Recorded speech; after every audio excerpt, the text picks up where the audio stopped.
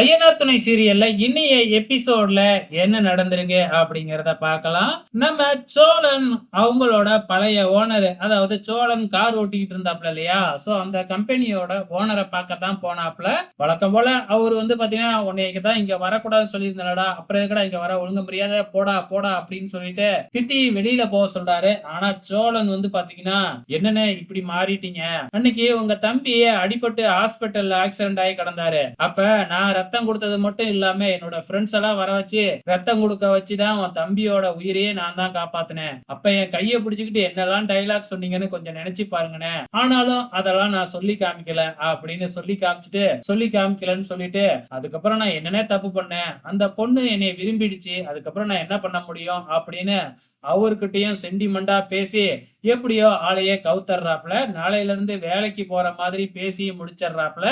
அவரும் பாத்தீங்கன்னா சோழனை மன்னிச்சுட்டு சோழன் கிட்ட நல்ல விதமா பேச ஆரம்பிக்கிறாப்ல.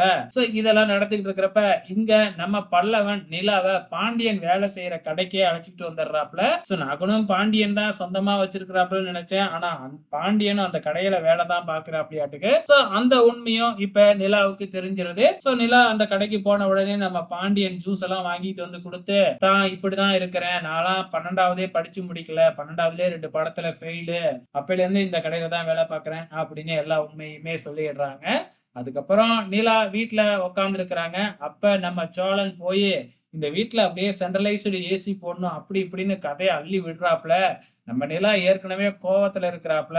அதுக்கப்புறம் நேரடியாவே கேட்டுறாப்ல, இன்னைக்கு உன் தம்பியோட காலேஜுக்கு போனேன், உன் தம்பி படிச்சுட்டு என்ன பண்ண போறான்னு சொன்ன அப்படின்னு சொல்லி கேட்ட, நம்மால மறந்துட்டாப்ல, என்ன சொல்லியிருப்போம் அப்படின்னு யோசிச்சுக்கிட்டே இருக்கும் பொழுது, பொய் சொன்னா ஞாபகத்துல வச்சுக்கிறது இல்லையா அப்படின்னு நிலா எல்லாத்தையும் சொல்லிட்டு, அதுக்கப்புறம் பாண்டியன் கடைக்கு போனதுல இருந்து எல்லாமே சொல்லி நம்ம சோழனை வச்சு செய்ன்னு செஞ்சு விட்டுறாங்க நிலா. ஆனா நம்ம சோழன் எப்படியோ அதையும் பேசி சமாளிச்சுக்கிட்டு தான் இருக்கிறாப்ல. சோ அப்கமிங்ல என்னெல்லாம் நடக்க போகுது அப்படிங்கிறத பொறுத்திருந்து பார்க்கலாம்.